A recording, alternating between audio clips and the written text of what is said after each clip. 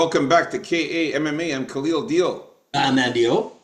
and we are KA MMA, about to talk about our final thoughts, predictions, and face-offs for UFC Vegas 108, also known as UFC on ESPN 71, Tatsuro Taira versus Hyung Sung Park. And we're going to talk about our final thoughts and face-offs for the prelims.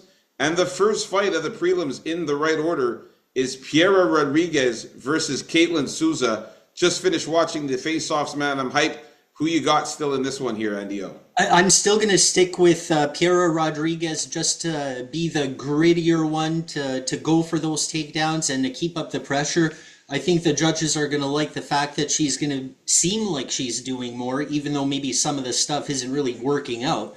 But they like that activity, so, I find. So I'm going to go with Piera Rodriguez by decision here. I was looking this one over a little bit more, trying to see which one of these girls is more on the manly side, and I think it's about pretty even. So yeah, I'm going to stick with Rodriguez here. What about you, Real Deal? All right, man. So, yeah, looking at the face-offs here, man, I noticed right away that Caitlin Souza is a little bit more built. I can see that she's a bit more ripped, more cut, more built. But Piera Rodriguez is a little bit thicker than Caitlin Souza. She's also got the height advantage there, a little bit taller than her. But as far as who looks strong and cut and ripped, it's got to go to Caitlin Souza, in my opinion. Also, I noticed on the weigh-ins, she just barely made weight, the Caitlin Souza. She had to get naked underneath that cover there in order. Oh, the struggle to make weight, yes. Just made it. And she was very happy that she made weight there. Looking at these two, they look very, very serious. Caitlin Souza was looking very, very serious. Was not about to shake hands. They don't look like they were gonna shake hands at all. So it looks like it's gonna be a banger of a fight. I just have the slight edge on the dog here, Caitlin Souza. I just think that she's gonna come in here and put the pounding on Piera Rodriguez and really hurt her. But she does have to be careful for those takedowns.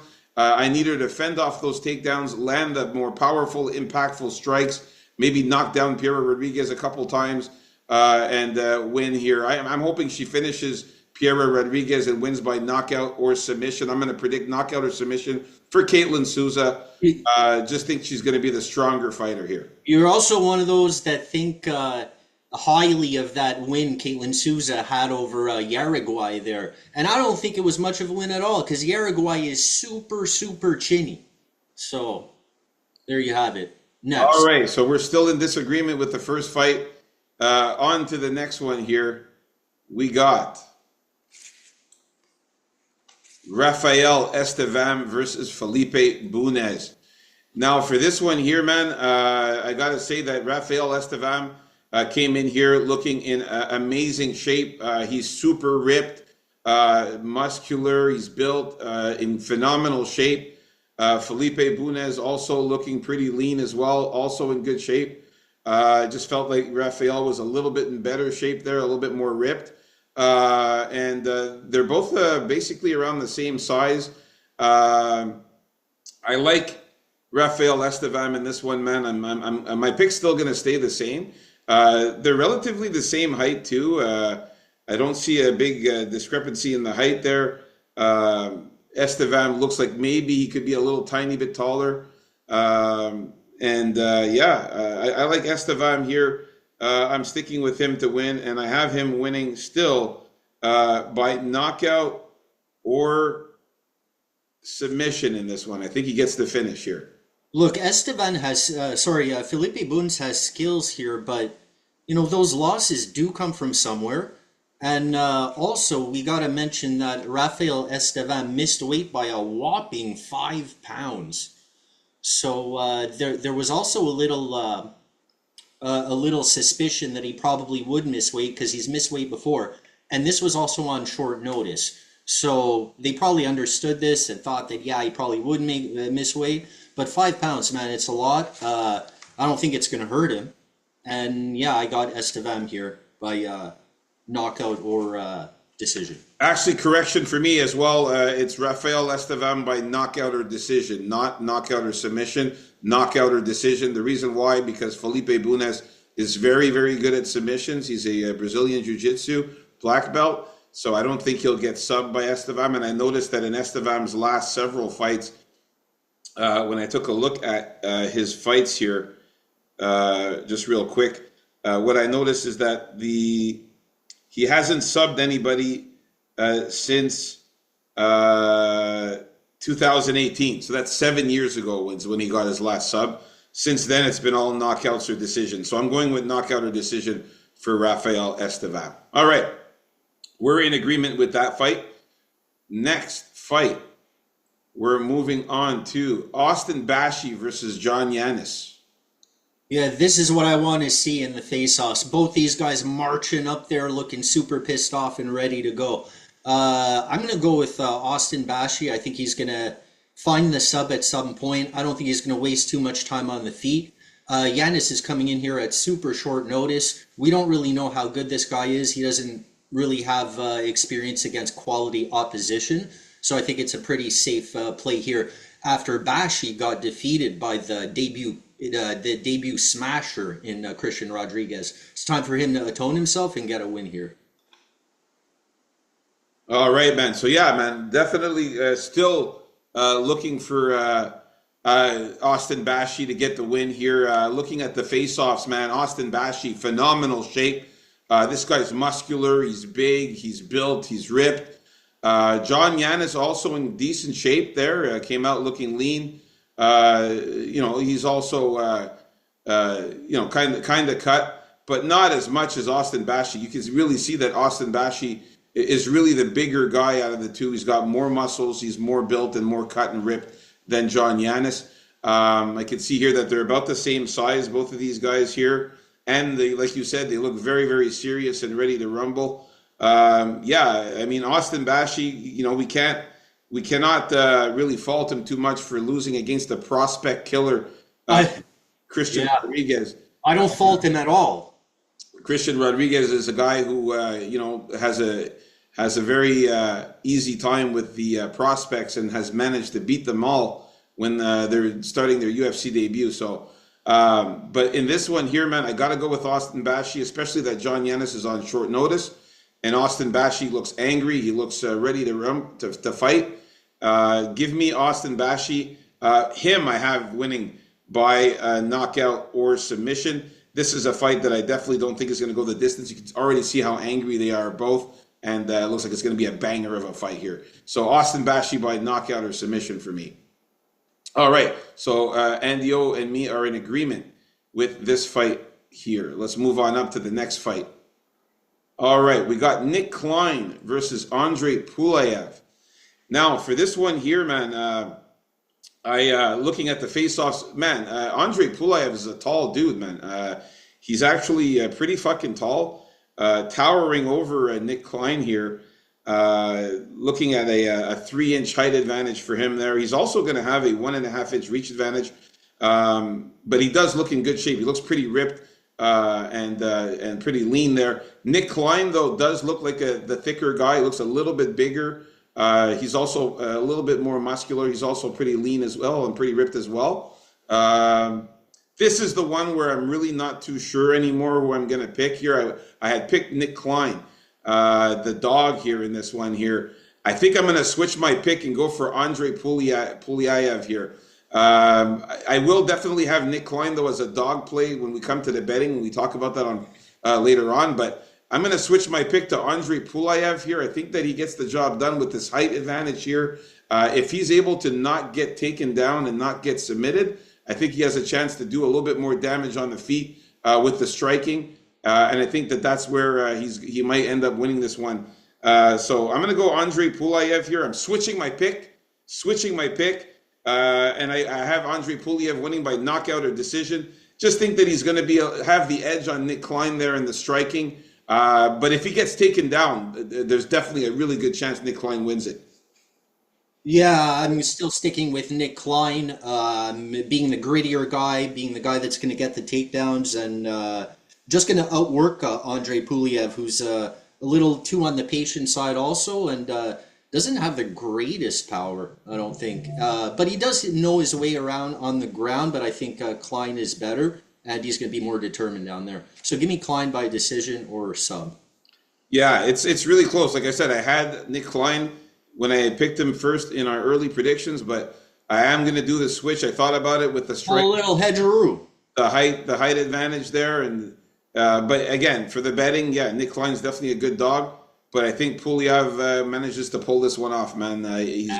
If he fends off those takedowns, I think Nick Klein he has to really get the fight to the ground here to win. So I'm going to go with the edge on Andre Pulyav there. Knockout or decision. So I switched my pick. All right, let's move on up to the next fight. So me and Andio in disagreement with that one. We're going to go to Rodolfo Vieira versus Tresean Gore. Yeah, for this one here, man, funny face-offs, man. These guys were talking to each other about each other's body types. It was kind of funny. Rodolfo's like, oh, yeah. No, Tresean Gore was like, hey, look at my abs. And then Rodolfo Vieira was like, yeah, you're in great shape. And then Tresean Gore's like, yeah, you're in great shape too. It's funny that Vieira didn't say something like, yeah, so you missed weight by 5 pounds? Oh, no. He was talking about how he's in great shape and stuff. Well, he did miss weight by 5 pounds, so everyone knows. Tresean Gore did, yeah. Yeah, man, both of these guys in phenomenal shape. Tresean Gore, of course, he's muscular, he's built, he's looking pretty ripped there too. Rodolfo Vieira is actually bigger than Tresean Gore by a little bit. He's also pretty muscular too and ripped as well. For this one, man, I'm going to stick with my pick here with Rodolfo Vieira. Just going to be the better guy on the ground and the better jiu-jitsu black belt. I think he takes down Tresean Gore, looks for the sub, moves around on the ground, and looks for that sub opening. And I think he gets it, man. I'm going to go with Rodolfo Vieira to win by knockout or submission. But I think the sub is live here for Rodolfo Vieira. I think Tresean Gore, if he doesn't get that famous guillotine he likes to do or clip Rodolfo Vieira with a hard punch, I think he's going to get submitted in this one, man. So give me Rodolfo Vieira with the black belt jiu-jitsu game. I'm going to be taking Rodolfo Vieira by finish in this one. Tresean gets finished in his fights. As I mentioned before, I find he gets hurt in his fights, whether that leads to an immediate finish or just him being hurt for the rest of the fight. I think that happens. The worry I gotta say here is Vieira's endurance. You know, I'm not sure.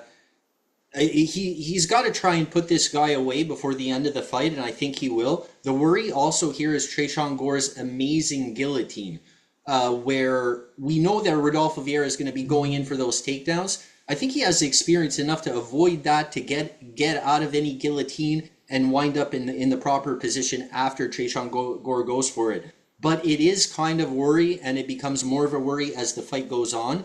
Rodolfo Vieira's striking is not that bad, so I think he's going to manage to get the finish before this fight is over. But that gilly still worries me. You get a gilly in with the strength that Tresean Gore gets it in, and the way he latches it in sometimes. He can sub anyone like that. I remember when he did that to Josh Fremd, and I really thought Josh Fremd's head was going to pop off. That's how tight it was. You remember that, the deal? Yeah, I do remember that. He did the same. He did a standing one to Antonio Tricoli as well, the standing guillotine. And brutal ones too. Like some of the sickest looking gillies around. So I'm going to be keeping my eye on that. But the pick is Vieira by finish. Sub 80%, knockout 20. All right, so we're in agreement as well with this fight here with Rodolfo Vieira getting the finish. All right. Moving on up to the main event of the evening. If you haven't already, guys, hit the like button and subscribe if you're new. We got Rinya Nakamura against Nathan Fletcher. Yeah, I gotta just be logical here and think that the guy, Nakamura, can't possibly throw 2 fights in a row. So I expect him to go for those takedowns. I expect him to get them. Nathan Fletcher, he backs up too much for my liking, so that's why I think Nakamura is going to wind up getting him down. Fletcher, dangerous when he gets your back. He likes that rear naked choke. His takedown defense is good, but I think Nakamura is going to bring it this time around. I still have my concerns because of the way this guy performed last fight, but I'm just going to have to use the old common sense here and stick with Reina Nakamura, not with much confidence. All right, yeah, same here. I'm going with Rinya Nakamura, man. Looking at the face-offs, though, Nathan Fletcher, you can see he's a little bit taller than Rinya Nakamura. I also want to say Nathan Fletcher is bigger than Rinya Nakamura. He's also ripped and in very good shape. You can see the abs there. And he looks a little bit more muscular, too, than Rinya. Rinya, though, does look like the leaner guy. Very compact body type here, but he's also ripped and also in great shape, but he's not as muscular or big as Nathan Fletcher, I can see here. I don't know if that's going to make Rinya a little bit quicker on the feet, and especially with guys like this that like to scramble on the ground, that like to wrestle. I think Rinya is going to be the more in better gas tank, the more endurance, and I think he'll tire out Nathan Fletcher as the fight goes on with all the wrestling and grappling that's going to happen between these two. Very possible that there's going to be reversals and guys getting on tops, other guys switching and getting on top. It's going to be a lot of scrambling and stuff like that. So I think Rinya is going to have the advantage for being the little bit thinner and a little bit leaner guy. So give me Rinya Nakamura, man. I got him winning also by knockout or decision in this one. I definitely do want to say, though, that Nathan Fletcher is a dangerous dog as well with his subs and stuff like that. So we'll talk about that in the betting. But Rinya Nakamura is the pick, knockout or decision. So there you have it, folks.